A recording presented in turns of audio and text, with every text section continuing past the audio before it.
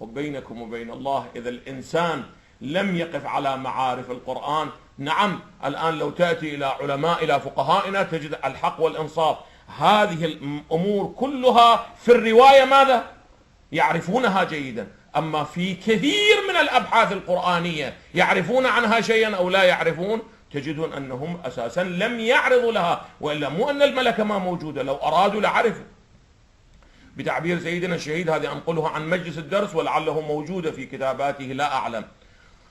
السيد الشهيد قدس الله نفسه يقول: أنا كنت بالأمس، وهي قضية معروفة لابد للإخوة، يقول كنت بالأمس أزور مولانا زيارة أمير المؤمنين سلام الله عليه، وكانت طريقته رحمة الله تعالى عليه وقدس الله نفسه عندما يدخل من باب أمير المؤمنين يقف بالباب مولانا ويقرأ بصوت مرتفع والناس يجتمعون خلفه. هذه الطريقة كانت في الزيارة، مو على هاي الطريقة المحنطة اللي احنا ندخل ونخرج، لا، على الطريقة اللي كأنه واحد يزور مولانا الناس، فاللي كان يدخل يتصور أنه هذا يزور الناس، وهذول الناس كانوا يجتمعون 20-30، أنا رأيت بعيني يعني مو نقلا من أحد.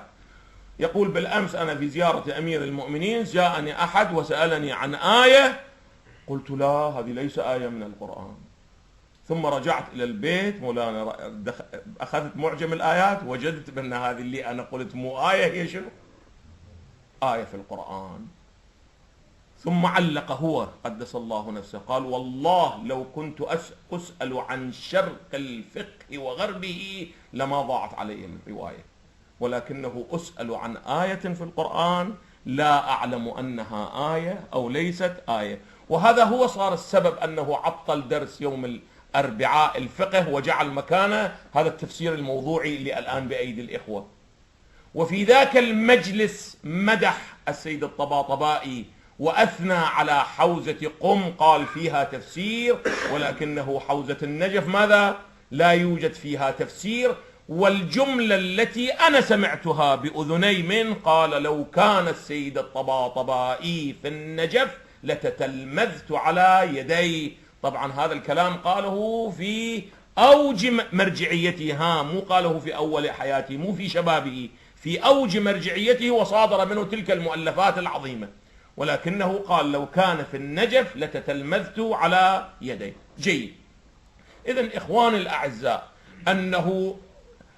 أن الفقه بتعبيره هو أن الفقه كالعجينة في يدي. واقعا عندما تجلس أنت مع فقهائنا الكبار تجد أن الفقه كالعجينة ماذا؟ في أيديهم، ولكنه تجدهم أنهم على أحسن التقادير إذا أرادوا أن يستدلوا همات بآية يقولون ما مضمون الآية كذا وكذا. لماذا؟ لأننا لم نأنس القرآن الكريم، بتعبير الإمام أمير المؤمنين لم نجالس القرآن الكريم، ما جالسنا القرآن على أي الأحوال.